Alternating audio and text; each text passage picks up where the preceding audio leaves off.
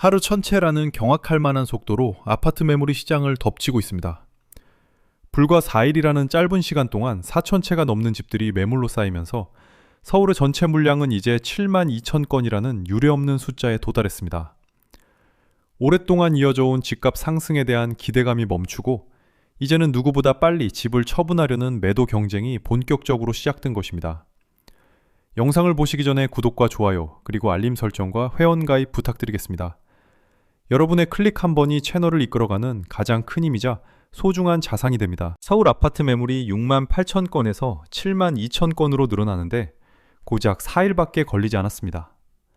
하루에 1000채라는 숫자는 지금까지 우리가 경험했던 시장의 흐름과는 완전히 다른 속도입니다. 예전에는 만 채의 매물이 쌓이는데 한 달 정도의 시간이 필요했지만 지금은 그 절반인 보름이면 충분할 정도로 매물 출회 속도가 가속화되고 있는 실정입니다. 이렇게 매물이 급격하게 쏟아지는 이유는 아주 명확합니다. 다주택자들이 5월 9일이라는 법적 기한 안에 집을 팔아야만 무거운 세금 폭탄을 피할 수 있기 때문입니다. 10억 원의 이익을 남겼더라도 세금으로 8억 원 넘게 내야 하는 상황에서 집 주인들은 하루라도 빨리 물건을 시장에 내놓을 수밖에 없습니다. 한 달 걸리던 만 채의 증가폭이 이제는 15일로 줄어들었고 이런 추세라면 심리적 저지선인 8만 채를 돌파하는 것은 시간 문제라고 볼 수 있습니다. 지붕 위에 눈이 한두 송이 쌓일 때는 그 무게를 체감하기 어렵지만 일주일 내내 눈이 내리면 결국 지붕은 폭삭 내려앉고 맙니다. 지금 부동산 시장의 매물도 이와 같습니다. 하루하루 쌓이는 1000채의 매물이 당장은 큰 변화가 없는 것처럼 보일지 몰라도 이것들이 차곡차곡 쌓여 임계점을 넘어서는 순간 가격을 무너뜨리는 거대한 압력으로 돌변하게 됩니다. 공급은 이렇게 넘쳐나는데 정작 집을 사려는 사람은 찾아보기 힘든 상황입니다. 시장에 물건이 쏟아지면 가격이 내려가는 것은 당연한 이치지만 지금의 속도는 일반적인 하락의 범위를 벗어나 있습니다. 이제 사람들의 관심은 누가 더 빨리 그리고 누가 더 과감하게 가격을 낮춰서 이 매물 홍수 속을 탈출하느냐에 쏠려 있습니다. 매물이 쌓이는 속도가 빨라질수록 가격이 휘청거리는 진동은 더욱 커질 수밖에 없습니다. 집을 팔아 10억 원을 남겼다고 기뻐할 상황이 전혀 아닙니다. 실제 계산기를 두드려 보면 내 손에 들어오는 돈은 그 20%도 되지 않기 때문입니다. 현재 다주택자들에게 적용되는 가혹한 세금 규정을 살펴보면 이익금의 무려 82%가 세금으로 증발해버리며 결국 10억 원을 벌어도 8억 2천만 원을 고스란히 국가에 납부해야 하는 허탈한 현실이 기다리고 있습니다. 여기에 집을 살 때 이미 냈던 12%의 취득세와 매년 꼬박꼬박 빠져나가는 5% 수준의 보유세까지 더하면 사실상 남는 것이 하나도 없는 장사를 하고 있는 셈입니다. 3주택 이상을 가진 분들이라면 이 숫자가 얼마나 무서운지 몸으로 느끼고 계실 텐데 아무리 버티려고 해도 매달 나가는 세금의 무게가 감당할 수 없을 정도로 커지고 있습니다. 열심히 일해서 번 돈의 대부분을 세금으로 내야 한다면 그 집을 계속 들고 있을 이유가 과연 어디에 있겠습니까? 정부는 이처럼 촘촘한 세금 그물을 통해 다주택자들이 시장에 매물을 내놓을 수밖에 없도록 강력하게 압박하고 있습니다. 단순히 집값이 오르기를 기다리는 전략은 이제 통하지 않으며 오히려 가지고 있을수록 자산이 깎여나가는 마이너스 구조에 갇혀버린 분들이 허다합니다. 10억이라는 숫자는 단지 서류상의 기록일 뿐 실제로는 세금이라는 거대한 벽에 막혀 내 자산이 되지 못하는 허상에 불과합니다. 이런 상황에서 집을 팔지 않고 버티는 것이 과연 현명한 선택일지 의문이 들 수밖에 없습니다. 시간이 갈수록 보유세의 압박은 더 거세질 것이고 결국 세금 때문에 파산을 걱정해야 하는 상황까지 몰릴 수 있다는 통계가 이를 증명하고 있습니다. 이제는 수익률을 계산하는 것이 아니라 얼마나 손실을 줄이며 탈출하느냐가 생존의 핵심이 되었습니다. 이 세금의 장벽이 무서운 이유는 단순히 돈을 가져가는 것에 그치지 않고 우리 자산의 미래 가치를 통째로 삼켜버리기 때문입니다. 중동에서 전쟁의 총성이 들려오는데도 국제유가는 오히려 67달러 선까지 뚝 떨어졌습니다. 시장은 이미 전쟁의 공포를 가격에 다 반영해버렸고 이제는 실질적인 수요와 공급의 냉정한 숫자에만 집중하고 있는 것입니다. 우리나라가 사용하는 에너지의 60% 이상이 통과하는 호르무즈 해협은 우리 경제의 거대한 젖줄과도 같아서 이곳의 움직임 하나에 온 나라의 물가가 들썩이고 아파트 단지의 난방비까지 결정되는 아주 민감한 통로라고 할 수 있습니다. 유가가 74달러에서 67달러로 내려왔다는 것은 겉으로 보기엔 물가가 잡히는 좋은 신호처럼 보일 수 있습니다. 하지만 이 숫자의 이면에는 세계 경제가 예전만큼 활발하게 돌아가지 않는다는 경기 침체의 어두운 그림자가 짙게 깔려 있습니다. 기름값이 싸졌다고 좋아할 것이 아니라 오히려 사람들이 돈을 쓰지 않아 물건이 팔리지 않고 결과적으로 우리 집을 사줄 사람들의 지갑까지 얇아지고 있다는 사실을 데이터로 직시해야 합니다. 전쟁이라는 커다란 외부 충격에도 유가가 안정세를 찾는 것은 전 세계 자금이 매우 차갑고 영리하게 움직이고 있다는 증거입니다. 부동산은 유가처럼 매일 가격이 변하는 자산이 아니기에 대외 환경의 변화를 뒤늦게 반영하는 시차가 반드시 발생하기 마련입니다.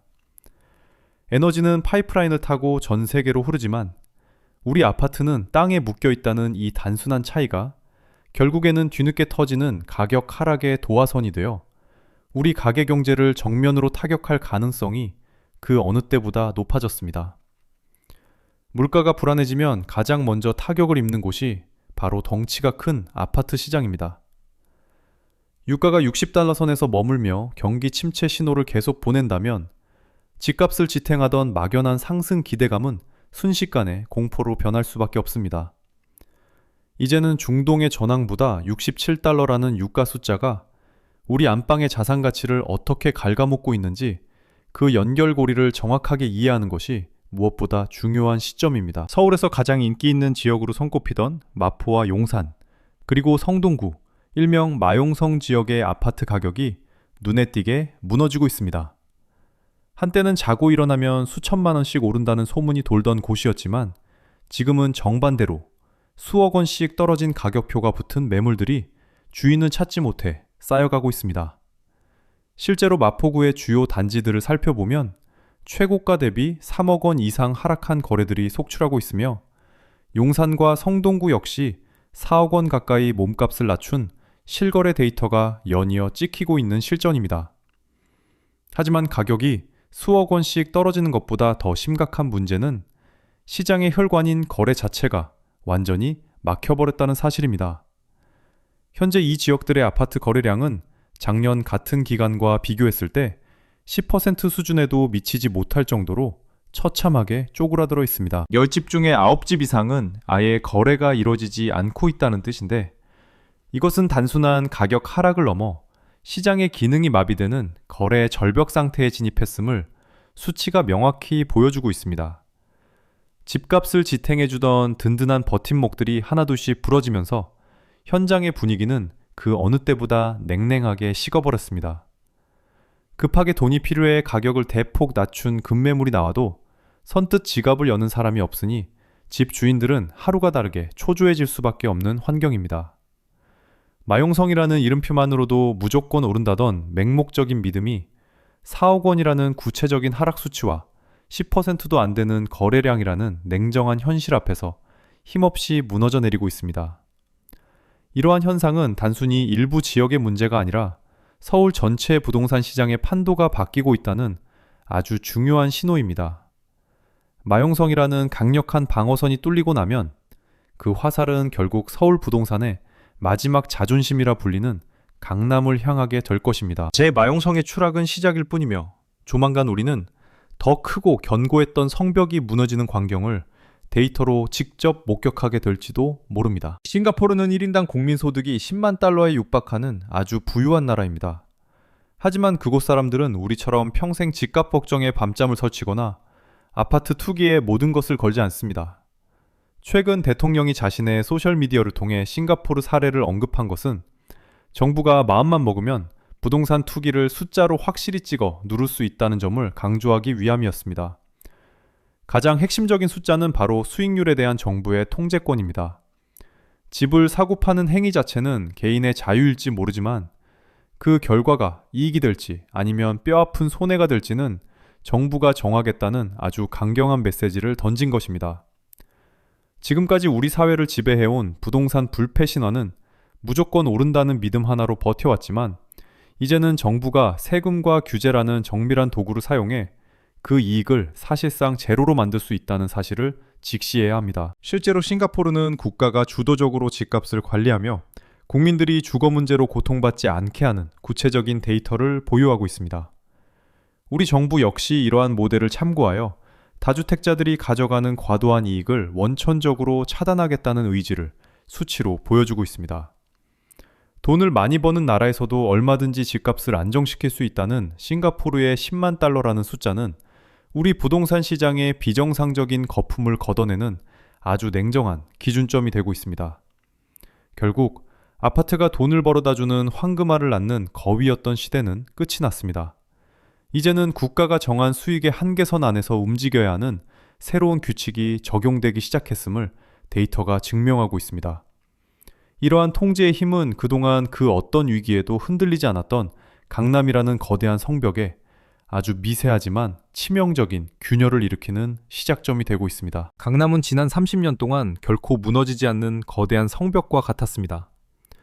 하지만 그 단단했던 믿음이 최근 110억 원이라는 실거래가 데이터 앞에서 맥없이 흔들리고 있습니다.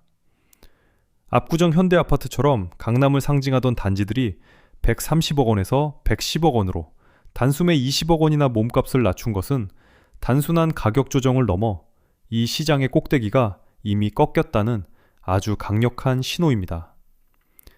20억 원이라는 금액은 평범한 직장인이 평생을 모아도 만지기 힘든 엄청난 거액입니다.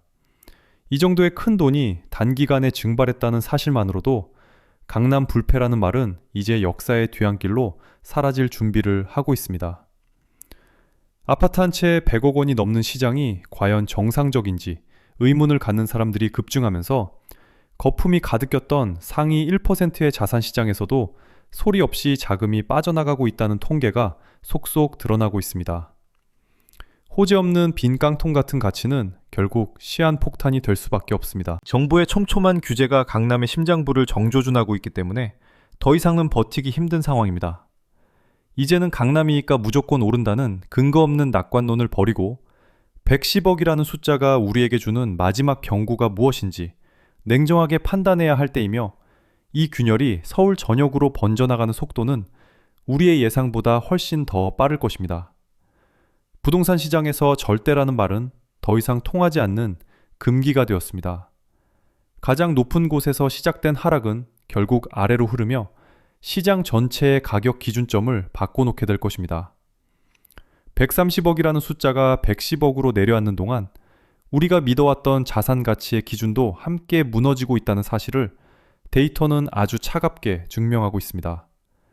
이제는 화려한 겉모습이 아니라 그 속에 감춰진 부실한 내실과 거품의 크기를 숫자로 똑똑히 확인해야만 살아남을 수 있는 시점입니다. 다가올 3월부터 5월까지의 3개월은 우리 부동산 역사에서 가장 차가운 시간이 될 것입니다. 매물 10만 건이라는 숫자는 이제 단순한 공포가 아니라 우리 눈앞에 닥친 피할 수 없는 현실로 다가오고 있습니다.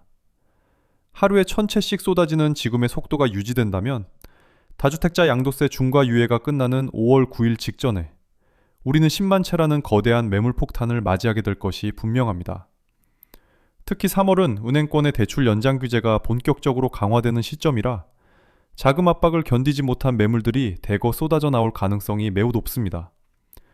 내 소득으로 빚을 갚을 수 있는지 꼼꼼하게 따지는 대출한도 제한 규제가 엄격하게 적용되면서 예전처럼 쉽게 대출을 연장해 집을 보유할 수 있는 구조가 완전히 무너져 내리고 있습니다.